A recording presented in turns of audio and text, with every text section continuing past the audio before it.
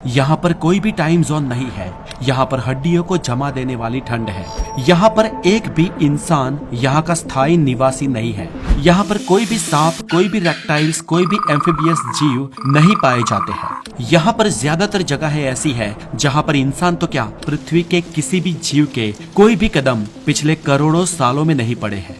आपको अगर यहाँ पर जाना है तो अपना एक दांत निकलवाना पड़ेगा। और यहाँ की कई जगहों पर लाखों सालों से ना तो कोई बर्फ गिरी है और ना ही कोई बारिश हुई है, फिर भी वहाँ पर मोटी बर्फ की परतें हैं। और ये दुनिया की सबसे खतरनाक और सबसे रहस्यमय जगह है। ये है एंटार्क्टिका। एंटार्क्टिका ये पृथ्वी के छोर पर नीचे दक्षिण में बसा एक महाखंड है। यहाँ पर दोस्तों आप जाओगे तो आपको लगेगा कि आप पृथ्वी पर नहीं लेकिन किसी और प्लेनेट पे हो। साउथ पोल यानी दक्षिण ध्रुव इसके बीचों बीच सेंटर में स्थित है। और ये महाखंड अपने 140 लाख वर्ग किलोमीटर के विस्तार के साथ एशिया, अफ्रीका, उत्तर अमेरिका और दक्षिण अमेरिका के बाद दुनिया का 5वां सबसे बड़ा महाखंड है। ये महाखंड यूरोप से 1.5 गुना और हमारे भारत से 4.5 गुना बड़ा है। ये विश्व की सबसे ठंडी, शुष्क और तेज हवाओं वाली जगह है। और यहाँ पर हड्डियों को जमा देने वाली ठंड पड़ती है। इतनी ठंड जिसकी आप कल्पना नहीं कर सकते। दोस्तों एंटार्क्टिका का आज तक का सबसे रिकॉर्डेड कम तापमान -89.2 डिग्री सेल्सियस रहा है। ये टेम्परेचर आज तक का पृथ्वी का सबसे कम रिकॉर्डेड टेम्परेचर है। और ये रिकॉर्ड 21 जुलाई 1983 में बना था। दोस्तों इतनी ठंडी इस जगह का एक आश्चर्यजनक फैक्ट ये भी है, जिसे जानकर शायद आपको विश्वास ना हो, कि ये पूरा खंड आज से 53 लाख साल पहले बहुत ही गर्म हुआ करता था, जहाँ का तापमान हमेशा 20 डिग्री सेल्सियस से ऊपर ही रहता था और वहाँ पर खजूर के पेड़ भी उगते थे। लेकिन जाहिर सी बात है कि उस समय एंटार्क्टिका खंड का भूभाग पृथ्वी के इतने दक्षिणतम छोर पर नहीं था। पृथ्वी की टेक्टोनिक प्लेट्स के सतत सरकने के कारण आज एंटार्क्टिका महाद्वीप पृथ्वी के दक्षिण छोर पे जाकर खड़ा हुआ है। लाखों सालों से होने वाली इन गतिविधियों के कारण पृथ्वी पर कई द्वीप, महाद्वीप या देश एक दूसरे से अलग हुए हैं या एक दूसरे से जुड़ गए हैं। उदाहरण के लिए बताएं तो हमारा देश भारत आज से करीब 150 मिलियन ईयर पहले अफ्रीका महाखंड का हिस्सा हुआ करता था। और जियोग्राफिकल गतिविधियों की वजह से भारत अफ्रीका महाखंड से अलग होकर साउथ एशियाई महाखंड की ओर बढ़ने लगा और साउथ एशियाई महाखंड से टकराया। और इस टकराव के कारण उन दोनों के जुड़ाव वाला भाग ऊपर उठने लगा और आज हिमालय की पूरी पर्वत श्रृंखला, पूरे माउंटेन्स बने हैं। माउंट एवरेस्ट भी इसी भौगोलिक गतिविधि के कारण इतना ऊंचा शिखर बन पाया है।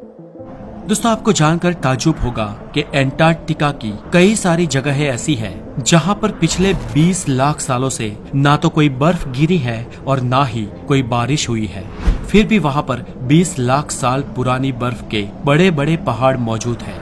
और ये जगह पृथ्वी पर की सबसे शुष्क जगह है, इसलिए इसे ड्राई वैली भी कहा जाता है। और यहाँ पर चारों ओर जहाँ तक आपकी नजर जाए बस बर्फ की चादर ही नजर आती है।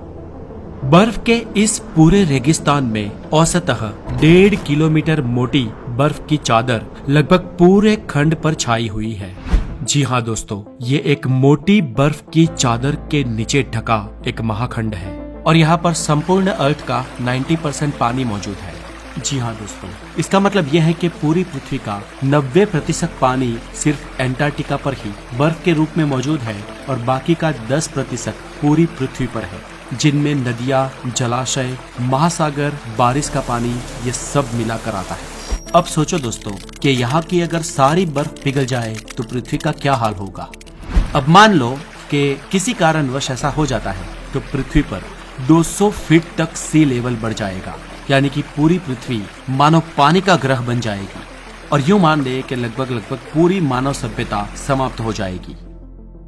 आज हमारी पूरी दुनिया में कोई भी देश या कोई भी छोटा सा रिमोट एरिया भी ऐसा नहीं है जहां पर मानव बस्ती ना रहती हो, लेकिन एंटार्क्टिका इसमें अपवाद है।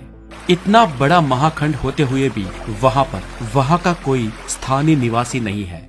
जी हाँ, पृथ्वी पर कोई भी इंसान एंटार्क्टिका का नागरिक नहीं है, किंतु यहाँ पर विविध देशों के रिसर्च स्टेशंस हैं, जहाँ पर सालाना करीब 2000 से 5000 लोग आते जाते रहते हैं। एंटार्क्टिका में भारत ने अब तक 3 रिसर्च स्टेशन डाले हैं, जिनमें से 2 एक्टिव है। एंटार्क्टिका में मैकमुर्डो नाम का अमेरिका का एक न्यूक्लियर पावर स्टेशन भी है, जो साल 1962 से यहाँ पर चल रहा है। एंटार्क्टिका में जो लोग यहाँ पर रिसर्च करने के लिए आते हैं, वो लोग यहाँ पर समर में ही, सिर्फ समर में ही 6 महीना रुकते हैं, और यहाँ का समर भी बहुत ही ठंडा होता है, जबकि विंटर में तो किसी भी इंसान के लिए यहाँ पर रह पाना बहुत ही मुश्किल है। यहाँ पर जाने के लिए हर एक इंसान का, हर एक रिसर्चर का मेडिकल चेकअप होता है, जिसमें ये सुनिश्चित किया जाता है कि यहाँ जाने वाले हर एक इंसान की विजडम टीथ निकाल दी है या नहीं। यानी कि एंटार्क्टिका जाने वाले हर एक इंसान का विजडम टीथ निकाल देने के बाद ही उसे एंटार्क्टिका जाने की परमिशन मिलती है। दोस्तों, आपको ये जानकर ताजुब होगा कि इस वीरान जगह पर भी इंसान जन्म ले चुके हैं। एमेलियो प्लामा नाम का एक व्यक्ति दुनिया के इस आखिरी छोर पर जन्म लेने वाला पहला इंसान बना था। एमेलियो का जन्म एंटार्क्टिका में 7 जनवरी 1978 के दिन हुआ था। एमेलियो की माता की बात करें तो वो अर्जेंटीना से थी, और ये अर्जेंटीना द्वारा खुद को एंटार्क्टिका का हिस्सा बताने का एक प्रयास था, और इसलिए अर्जेंटीना ने अपने देश की एक गर्भवती औरत को एंटार्क्टिका भेजा था। दोस्तों, एंटार्क्टिका एक वीरान जगह है और लगभग सभी कंट्री के लोग यहाँ पर जा सकते हैं। ये जगह किसी कंट्री के अंडर में नहीं आती है, यानी कि किसी भी कंट्री की सरकार का इस पर दावा नहीं है। ये खंड ना तो किसी कंट्री के अंतर्गत आज तक हुआ है और ना कभी होगा। ये पूरा खंड एक सार्वजनिक जगह है। यहाँ पर ना तो कोई शहर है, ना तो कोई देश है, ना तो कोई बाउंड्रीज है, और ना ही कोई गवर्नमेंट है। और यहाँ पर जो लोग जाते हैं वो जनरली साइंटिस्ट और रिसर्च पर्पस से ही जाते हैं। और फिर भी यहाँ पर आज तक करीब 11 लोगों का जन्म हुआ है, और इन 11 में से किसी की भी डिलीवरी के दौरान या चाइल्डहुड में डेथ नहीं हुई है। यानी कि बाल मृत्यु का रेशियो एंटार्क्टिका में 0% है। और जिन लोगों का एंटार्क्टिका में जन्म हुआ है, उन लोगों को उनके माता पिता के देश की ही नागरिकता हासिल है। नॉर्वे के राउड एम्यूनसन पहले इंसान थे जो सबसे पहले दक्षिण ध्रुव तक पहुंच पाए थे। ये दुनिया का एक ही ऐसा महाद्वीप है जहां पर कोई भी टाइम जोन नहीं है। एंटार्क्टिका में कई जगह ऐसी भी है जहां पर 350 किलोमीटर पर आवर की रफ्तार से हवा चलती है। पूरी पृथ्वी पर सिर्फ एंटार्क्टिका और न्यूजीलैंड, ये दोनों ही ऐसी जगह है जहां पर किसी भी जाति के कोई भी सांप नहीं पाए जाते। एंटार्क्टिका में अतिशय ठंड में रहने वाली स्पीसीज और प्राणी ही बहुत ही कम संख्या में मौजूद है, जिनमें penguin, seal, nematode, tardigrade, Picchu, विभिन्न प्रकार के शैवाल और कुछ टुंड वनस्पतियों का समावेश होता है। और ये सब जीव भी एंटार्क्टिका के समुद्र किनारे पर रहते हैं, जो कि न्यूजीलैंड के साउथ में है, और कुछ समुद्र किनारे चिली के साउथ में है। इसकी मुख्य भूमि पर यानी कि एंटार्क्टिका के सेंटर में कोई भी प्राणी भी या कोई भी जीव भी नहीं रह पाता है। ये स्थान कई रहस्यों से भी घिरा है। कई वैज्ञानिकों का पुख्ता तौर पर यह दावा है कि एक समय पर इस जगह पे अति विकसित सभ्यता मौजूद थी।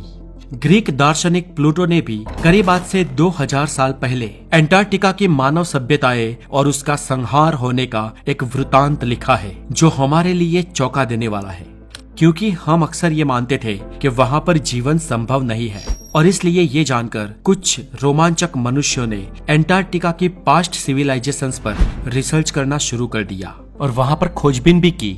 और वहाँ पर जाकर जो अवशेष और कुछ तथ्य जो सामने आए, वो प्लेटो के दावे से हूबहू मिलते जुलते थे। इस पर कुछ वैज्ञानिकों का कहना है कि हो सकता है कि सालों पहले हमारे ही पौराणिक सभ्यताओं के कुछ लोग इस जगह पर पहुंचे हो, और ये भी हो सकता है कि पिछले कई सालों से रिसर्च सेंटर्स को चलाने वाले कई लोग इन अवशेषों को दिखाकर कोई भ्रम पैदा करना चाहते हो।